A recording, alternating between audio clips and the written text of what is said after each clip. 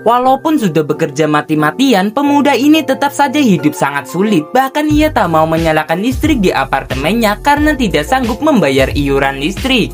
Demi menghemat semua uangnya, Suwon harus segera mengecas semua lampu dan kipas portable-nya di kantor dan rela panas-panasan di apartemennya. Suwon sebenarnya tidak menyangka hidupnya akan menjadi seperti ini. Ia sudah nekat membeli sebuah apartemen dan mengambil uang pinjaman yang begitu banyak untuk membayar cicilan apartemennya dengan bunga yang begitu besar. Alhasil sekarang beginilah kondisinya, hidup sengsara. Suwon juga semakin kesal setelah mendengar bahwa harga apartemen malah semakin lama semakin anjlok. Dan salah satu rekannya di kantor pun menghasutnya, daripada investasi apartemen, mending investasi kripto. Tentu saja Suwon tidak mau, ia lebih memilih untuk kerja sampingan setiap malam menjadi kurir makanan. Tapi malam ini saat pulang kerja ada sesuatu yang membuat Suwon sangat kesal.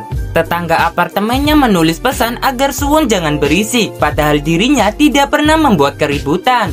Di apartemen mereka memang seringkali terdengar suara bising entah berasal dari mana. Dan penghuni di lantai bawah Suwon malah datang memberi ancaman kepada Suwon. Suwon yang kesal sebenarnya juga sangat terganggu dengan suara bising di apartemennya.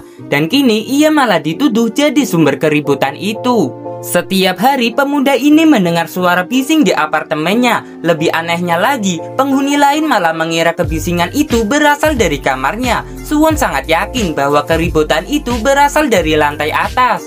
Akhirnya ia pun langsung naik ke lantai 15 dan menggedor pintu penghuni di sana. Tapi saat Suwon mempertanyakan soal keributan, penghuni lantai 15 malah mengeluhkan hal yang sama dan mengaku tidak pernah membuat keributan.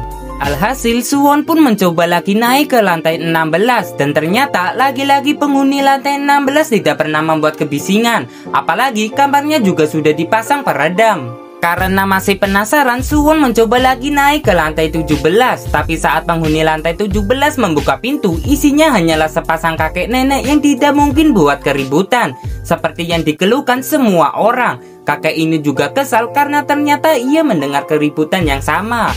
Sampailah Suwon di lantai paling atas, tapi penghuni ini mengatakan kepada Suwon alangkah baiknya jangan mengeluh kebisingan di apartemen ini terlalu berlebihan. Sebab jika berita itu menyebar kemana-mana, harga apartemen mereka bisa anjlok dan mereka lah yang rugi. Entah mengapa wanita ini malah memberikan uang kompensasi kepada Suwon. Pemuda ini sangat kesal karena ia selalu dituduh sebagai dalang keributan di apartemennya, bahkan sampai diteror oleh tetangganya sendiri.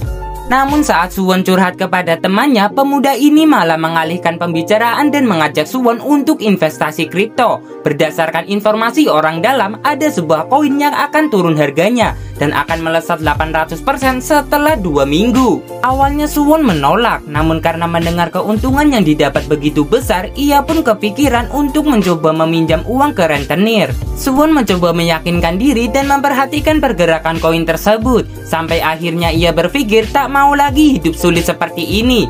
Akhirnya Suwon pun nekat menggadaikan apartemennya yang sudah ia beli dengan berhutang juga. Jika saja gagal, Suwon akan kehilangan apartemennya dan menjadi berkali-kali lipat serta banyak mendapat kerugian. Akhirnya Suwon berhasil mendapatkan uang muka untuk apartemennya sebesar 900 juta. Karena ada orang yang mau membeli apartemennya, Suwon begitu bersemangat menantikan momen yang tepat untuk membeli koin tersebut di harga terendah. Hanya dengan modal keyakinan dari informasi yang katanya bersumber dari orang dalam itu, Suwon akhirnya membeli koin kripto dan menghabiskan semua uang 900 juta yang baru saja didapatkannya. Setelah beberapa hari, Suwon melihat pergerakan koin yang dibelinya perlahan naik dan memberikan keuntungan. Disinilah Suwon merasa hidupnya akan berubah dan ia pun mulai membereskan apartemennya yang begitu berantakan. Suwon hanya perlu bersabar sebentar lagi untuk menghadapi masalah di apartemennya. Tapi malam ini Suwon melihat ada orang yang mengintai di kamarnya. Ia pun yakin pelakunya adalah orang di lantai 13 dan lantai tepat di bawahnya. Tapi saat Suwon menggedor kamar di lantai 13, sepertinya tidak ada orang. Ia pun mulai memperhatikan dari luar dan tiba-tiba orang yang tinggal di lantai 13 ini ada di sebelahnya. Dan ia malah balik menuduh Suwon yang membuat keributan di apartemen mereka. Jika Suwon masih berisik, ia tak akan segan-segan akan menghabisi Suwon. Tentu saja hal ini membuat Suwon semakin kesal karena ia sama sekali tidak pernah membuat keributan.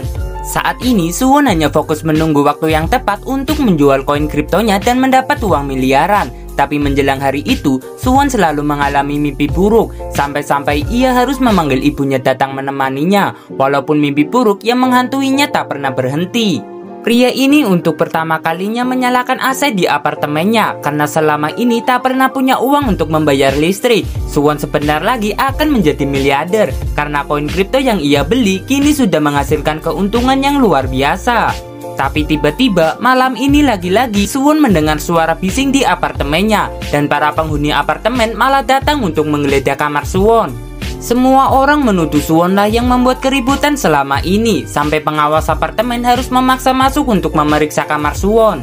Awalnya Suwon menolak, namun salah satu penghuni di lantai 13 yang Suwon yakini sebagai dalang keributan juga mau mengizinkan kamarnya digeledah agar semua orang bisa tahu siapa sebenarnya yang bermasalah di apartemen ini. Akhirnya kamar Suwon pun diperiksa dan hal yang tak terduga ternyata malah ditemukan sebuah HP yang tersambung ke speaker yang juga terhubung ke semua lantai di apartemen ini. Suwon tentu saja tidak mengerti mengapa tiba-tiba bisa ada HP dan speaker di kamarnya. Suwon kembali menuduh bapak tua penghuni lantai 13 sebagai dalang semua ini dan Suwon merasa dijebak dan difitnah. Situasi juga semakin gawat bagi Suwon karena pria ini malah pura-pura dipukul dan pura-pura tak sadarkan diri. Polisi pun datang karena sudah dilaporkan para warga dan Suwon pun harus ditahan padahal tidak berbuat apapun. Pria ini harus ditahan di kantor polisi, sedangkan pagi ini ia harus menjual semua koin kripto yang sudah ia beli dengan semua uangnya. Jika lewat dari waktu yang ditentukan, koin tersebut akan anjlok dan Suwon akan kehilangan semua uangnya. Suwon mencoba memohon kepada polisi untuk meminjam HP sebentar saja. Untunglah polisi masih baik hati dan memberikannya. Tapi ternyata layar HP Suwon malah pecah dan tidak bisa digunakan. Suwon harus mencari cara lain. Ia pura-pura mulus dan saat borgol dilepaskan, ia malah mau coba kabur tapi tertangkap. Lalu saat ia masuk ke ruangan Kapolsek, Suwon melihat ada komputer dan ia nekat masuk ke dalam sana, lalu membuka akun kriptonya menggunakan komputer ini. Sempat terjadi masalah karena saat login, Suwon harus tetap verifikasi menggunakan HP-nya. Hokinya, walaupun hasil pencet angka verifikasi pun berhasil dan ia pun bisa masuk ke akunnya. Suwon masih harus menunggu sebentar sebab keuntungan yang didapatkannya masih belum maksimal. Ia harus menjual jika keuntungan 80%, sedangkan polisi sudah mendobrak pintu dan akan menangkap Suwon. Namun seperti apapun ia berusaha mempertahankan diri, polisi berhasil masuk dan menembakkan alat setrum ke tangannya. Suwon masih terus berusaha keras mengarahkan kursor ke tombol jual, tapi saat sudah waktu yang tepat kabel listrik malah terlepas dan Suwon belum sempat menekan tombol jual. Saat Suwon sadar dari pingsannya, ia bingung mengapa tiba-tiba orang terkaya di apartemennya malah membebaskan Suwon dan mengatakan bahwa semua keributan yang terjadi malam sebelumnya hanya salah paham dan Suwon tidak menyerang siapapun malam itu. Akhirnya Suwon dibiarkan pulang dan ia masih belum tahu apakah koin kriptonya sudah terjual apa belum. Saat ia memeriksa akunnya, ternyata koin belum terjual dan sekarang harganya sudah anjlok. Bahkan Suwon sampai kehilangan semua uangnya. Ia sangat kesal karena jika saja masalah di apartemen ini tidak terjadi, Suwon sudah menjadi miliarder sekarang. Dan karena sudah merasa gagal dalam hidup, Suwon memutuskan untuk mengakhiri hidupnya saja dan sudah menulis surat wasiat kepada ibunya. Namun tiba-tiba Suwon berpikiran untuk menghabisi dulu tetangganya di lantai 13 yang sudah menyebabkan hidupnya hancur seperti ini. Namun dalam perjalanan ia malah bertemu dengan tetangganya yang lain. Dan tepat pula saat ini lagi-lagi kebisingan muncul, sehingga penghuni lantai 15 ini akhirnya sadar bahwa bukan Suwon sumber kebisingan di apartemen mereka. Kedua penghuni apartemen yang sering sekali bertengkar karena saling menuduh sebagai sumber keributan akhirnya kini sadar bahwa mereka salah paham dan akhirnya mereka datang ke kamar lantai 13 dan mencoba untuk memeriksa ke dalam sana. Mereka berdua yakin bahwa orang di kamar inilah yang sering sekali membuat keributan di apartemen mereka. Tapi saat sudah memeriksa ke segala sisi, tidak ada benda mencurigakan. Suwon kembali ke kamarnya dan menemukan HP yang tiba-tiba ada di kamarnya malam kemarin dan menyebarkan kebisingan lewat speaker itu dan terhubung ke wifi orang di lantai 15. Suwon pun curiga bahwa HP ini milik pria di lantai 15 ini. Akhirnya Suwon diam-diam menukar kunci apartemen miliknya dengan orang di lantai 15 itu. Lalu Suwon masuk ke dalam sana secara diam-diam dan menemukan hal yang sangat tak terduga. Ternyata penghuni di lantai 15 ini dalang dari semua kebisingan di apartemen ini. Dan ia pun sudah meretas semua sistem keamanan dan kamera apartemen. Tak hanya itu, ternyata di kamarnya ada banyak sekali HP yang terhubung ke speaker yang tersambung ke semua kamar untuk menyebarkan kebisingan. Penghuni kamar 15 ini pun pulang dan Suwon harus bersembunyi di bawah kasur agar keberadaannya tidak ketahuan. Di sini juga Suwon mengetahui fakta bahwa ternyata ia bekerja sama dengan penghuni lantai 13 untuk membuat kekacauan di apartemen mereka. Pemuda ini harus keluar dari persembunyiannya dan menemukan fakta bahwa penghuni kamar 15 ini sudah menghabisi nyawa seseorang. Tapi saat akan keluar, Suwon malah ketahuan. Dan saat Suwon akan diserang, ia memohon ampun dan mengatakan Suwon akan membantu apapun rencana orang ini. Pria ini pun setuju, dan mereka pun langsung membawa tubuh orang yang baru saja diserang oleh pria jahat tadi ke kamar orang terkaya di apartemen ini. Ternyata penjahat di lantai 15 ini ingin membongkar semua kejahatan dan tindak korupsi wanita ini dalam membangun apartemen yang mereka tinggali. Wanita ini ternyata seorang jaksa yang mengizinkan pembangunan apartemen ini dengan spesifikasi yang abal-abal. Sebenarnya niat pria jahat ini ingin membongkar tindak korupsi, tapi caranya yang sangat mengerikan. Wanita yang ternyata koruptor ini bersikeras tak mau memberikan bukti korupsi dan malah menembakkan gas beracun. Suwon sadar bahwa tak seharusnya ia membantu penjahat itu apapun rencananya, dan sempat ingin menyerang penjahat ini karena secara tidak langsung pria ini jugalah yang sudah mengacaukan hidupnya.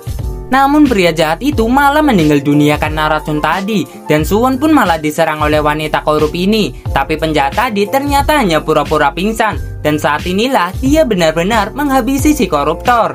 Namun tetap saja pada akhirnya tubuhnya benar-benar melemah karena efek racun, dan penjahat itu pun meninggal dunia. Suwon yang masih bisa bangkit ternyata memotong saluran gas dan menyalakan oven di kamar ini. Ia sudah benar-benar muak dengan semua keributan para orang kaya dan juga orang yang ingin mengacaukannya, dan ledakan pun terjadi. Dan setelah kondisi Suwon membaik, ia pun memutuskan untuk pergi dari kota dan ikut tinggal bersama ibunya saja di desa. Film pun selesai, lanjut film berikutnya.